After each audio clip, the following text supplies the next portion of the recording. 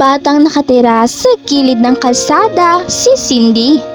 Simula bata ay namuhay na siyang ganon ang sistema ng kanilang pamilya. Mahirap at walang tinapo sa pag-aaral ang magulang ni Cindy. Mayroon naman siyang kapatid na si Maisie. Ngunit agad naman itong pinaampon sa kung sino. Hindi na kasi ito kayang buhayin ng kanyang ina. Kaya naman si Cindy na lamang ang natira sa kanila. Naging immune kasi ang balat ni Cindy sa bawat kagaw at dumi na dumadampi sa balat nito. Ni hindi rin ito nagkasakit o nagkaroon ng mga hindi pangkaraniwang karamdaman sa katawan. "Anak Cindy, nalaglag yung wallet ng Ali. Bilisan mong kunin!" Sigaw ng ina ni Cindy na agad namang tinanggihan ni Cindy dahil naniniwala siyang hindi niya kailangang gumawa ng masamang bagay para mabuhay. "Mahinang bata, susunod ay ako na nahiya-hiya ka ah. Di ka bubuhayin ng kabobohan mo!" Sigaw ng ama ni Cindy sa kanya. Doon nga ay agad na nanlumo si Cindy. At sa kahit pagbibenta ng bakal bote, pagkakariton o kaya naman pagtatapon ng basura, siya kumukuha ng pera na ipinabayad sa kanyang serbisyo. "O saan ka na naman pupunta? Pag-aaral? Kalokohan yan. Sa tingin mo bubuhayin at pupunan ng pag-aaral mo yung kumakalam mo sikmura?" Wika ng ina ni Cindy na nagpupuyos sa galit. Kahit naman kasing anong paliwanag ni Cindy ay alam niyang magiging walang silbi ang lahat ng iyon. Dahil para sa kanyang ina, katangahan ang pag-aaral. "Ma, para sa akin, naniniwala ako na maayos nito ang buhay ko. Hindi naman sa ayaw ko sa pamumuhay natin. Pero ma, hindi naman pwedeng dito na lang tayo habang buhay. Lalo na alam natin na may paraang mas maayos." Sabay na tumawa ang ina at ang kanyang ama noong marinig ang mga salitang ito kay Cindy. "Ha! Nang yan! Bata ka pa nga! Doon ka na, Cindy! Baka mandilim pang paningin ko sa'yo!"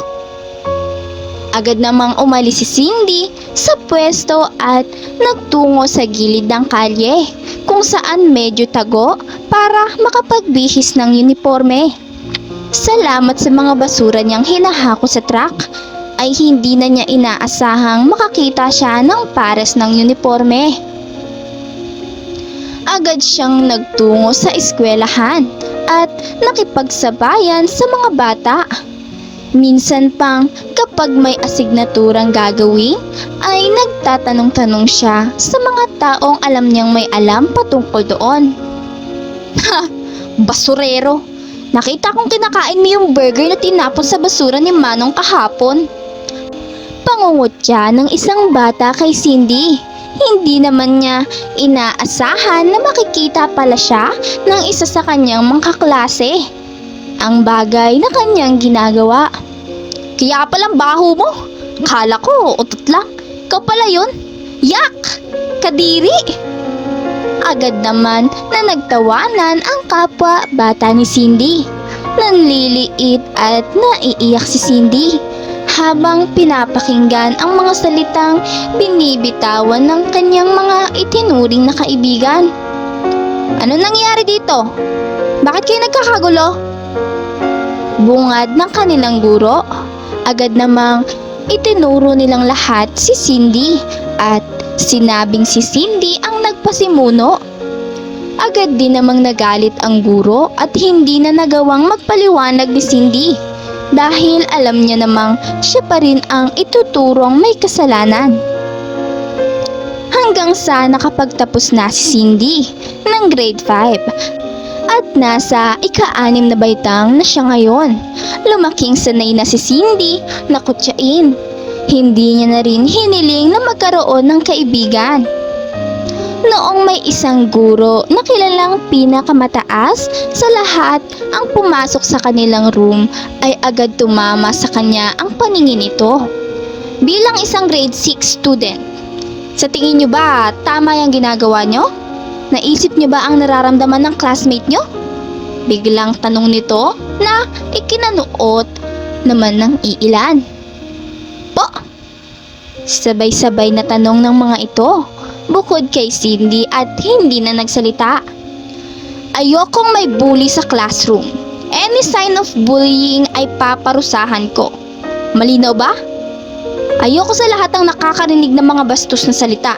Bilang isang guro nyo, disiplina ang una kong hahanapin.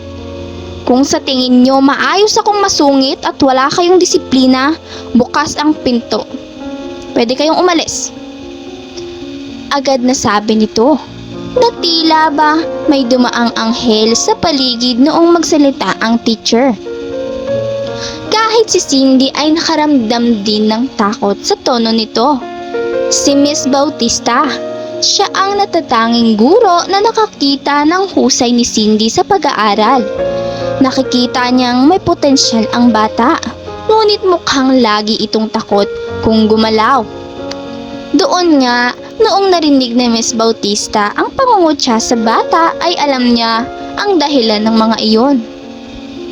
Kaya naman sinadya niyang maging guro nito upang hindi lamang tulungan si Cindy sa pag-aaral, kundi tulungan din ito sa pang-araw-araw.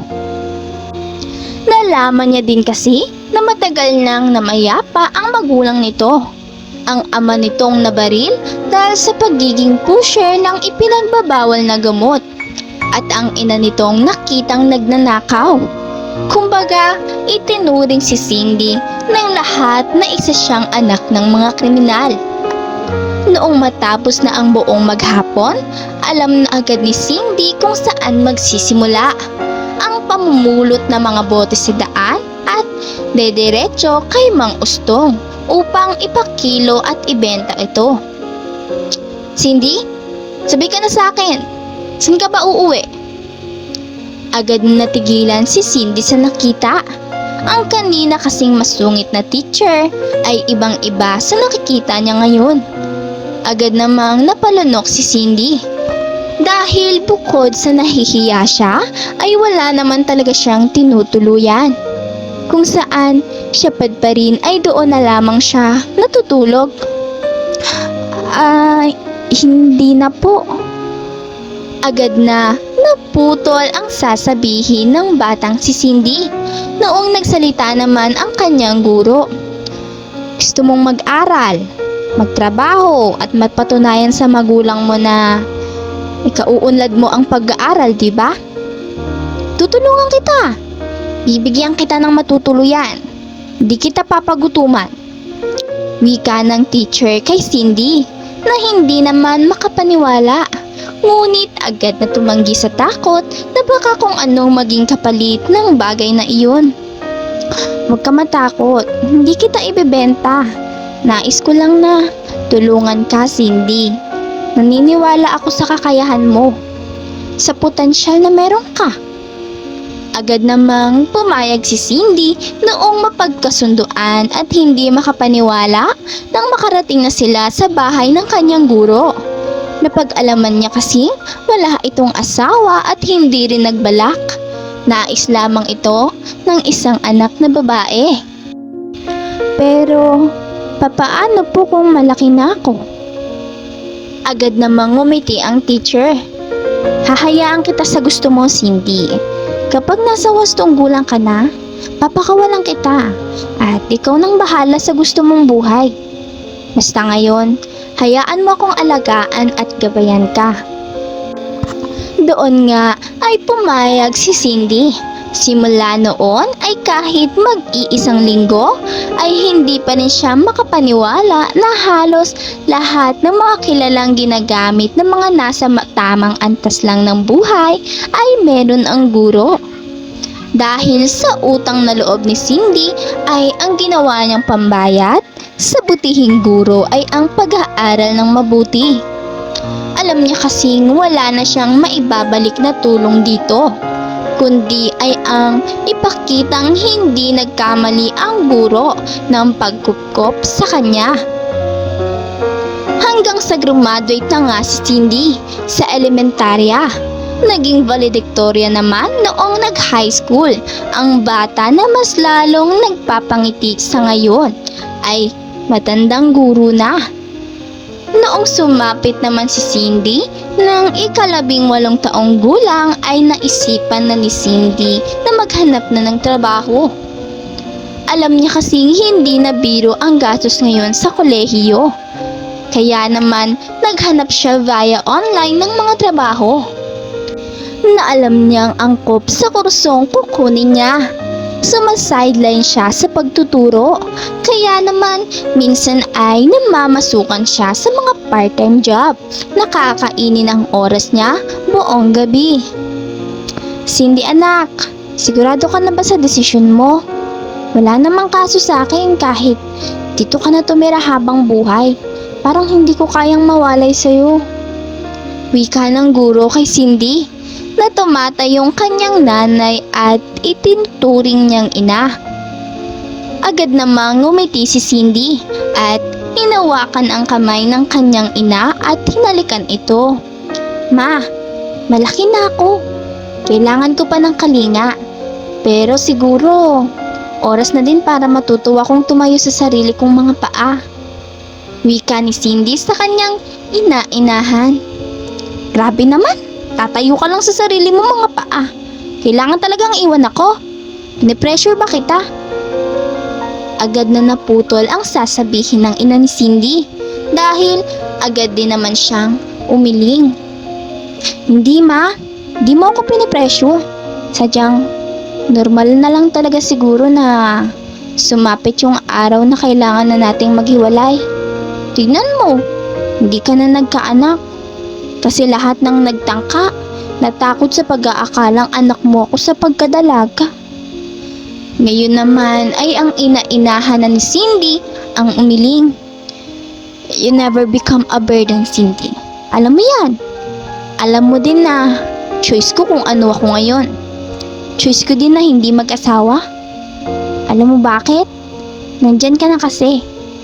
I feel complete kaya masakit na kailangan nating maghiwalay. Tinuring na kitang anak. Malungkot na wika ng ina-inahan ni Cindy at bumitaw sa pagkakahawak sa kanyang kamay.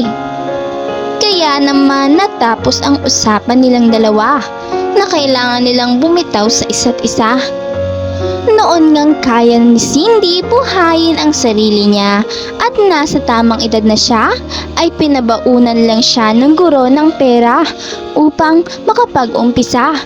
Pagiging doktor kasi ang nais ni Cindy at sa awa naman ng Diyos ay biniyayaan siya ng sipag at talino upang makamit ang mga ito. Makalipas nga ang halos 10 taon, naging isang ganap na doktor si Cindy. Kilala na rin siya sa field at noong may pagkakataon na lumuwas siya sa probinsya ay bigo niya nang makita ang kanyang ina-inahan. Sabi-sabi kasi sa mga taong nakakakilala dito, nagkaroon daw ito ng problema sa kalusugan na kailangang lumuwas ng Maynila upang ipagpatuloy ang paggamot. Si Cindy naman ay hindi maiwasang matakot noong may kwento din daw na sa tagal ng panahon ay walang nakakaalam kung buhay pa ba ito o kinaya ba ang sakit. Kaya simula noon ay halos lakbayin o kaya naman nagpapadala si Cindy ng mga email sa lahat ng ospital na malapit o kaya naman kilala sa Maynila upang hanapin ang kanyang ina-inahan na tumulong sa kanyang maging kung sino siya ngayon. Hanggang sa iilan ang sumagot at sinabing matagal nang wala sa kanila ang pasyente. Inilipat daw ito dahil malala na ang sakit. Hanggang sa isang bukod tanging nagsabi sa kanya nakakalabas lang nito nakaraang araw. Dahil sa kakulangan nila sa gamot ay nilipat muli nila ito sa mas malaking ospital. Ang ospital kung saan siya ngayon nagtatrabaho. Agad niya itong hinanap sa nurse station at ibang galak sa katawan ang kanyang naramdaman. noong nakita niyang kahapon lamang ito na confine. May abnormalities daw ito sa katawan at kailangan ng kidney transplant. Kaya naman hindi nagdalawang isip si Cindy na siya ang tumayo bilang surgical doctor. Salamat din sa Diyos at mas marami ang nag-donate ng mga parte ng katawan ng tao sa habilin na para iyon sa mga nangangailangan. Sa kabilang banda naman ay ang ina-inahan ni Cindy na bagong gising. Hindi siya makapaniwala sa nakikita niya ngayon. Pakiramdam niya ay nananaginip lamang siya dahil ang taong ilang taon niyang hinintay na makita ay nasa kanyang harapan na mahimbing natutulog. Hindi pa rin nagbabago iyang anak mo. Nagpupumilit na hindi siya aalis hanggat hindi ka nagigising. Mag-ina talaga kayo. Biro ng isang kamag-anak niyang sumama sa kanya. Dahan-dahan namang hinawakan nito ang buhok ni Cindy at hinakit sa likod ng tenga upang mas maiging makita ang mukha. Miss na miss ko na talaga tong batang to. Inaasahan ko na talagang magiging maganda ang buhay nito. Pasipag eh. Wika nito na hindi napigilang maluha, ngunit agad naman niyang pinahid. Ma, gising ka na pala? Wika ni Cindy at natatarantang tinitignan ang mukha ng ina. Ngunit agad din siyang pinigilan ng ina at sinabing okay na siya. Saglit pa silang nagkatitigan bago muling nagyakap at sabay na malakas na humagulgol. Simula nga noon, kahit anong tanggi ng ina ni Cindy ay wala itong nagawa dahil si Cindy mismo ang nagsabi, Ma, ikaw ang nag-alaga sa akin buong buhay ko. Binigay mo lahat ng pangangailangan ko. Kaya naman, hayaan mo akong magparamdam sa iyo ng pagmamahal. Wika ni Cindy hanggang sa namayapa ang kanyang ina-inahan. Hindi dahil sa sakit, kundi dahil sa katandaan at iyon nga ang kwento ng buhay ni Cindy. Tunay ngang kapag may itinanim ay may aanihin. Maraming salamat sa panonood mga kakwentuhan. Huwag kakalimutang mag-subscribe at pindutin ang notification bell para lagi kayong updated sa ating mga bagong istoryang mapupulutan ng aral at inspirasyon sa buhay. Hanggang sa susunod nating istorya mga kakwentuhan.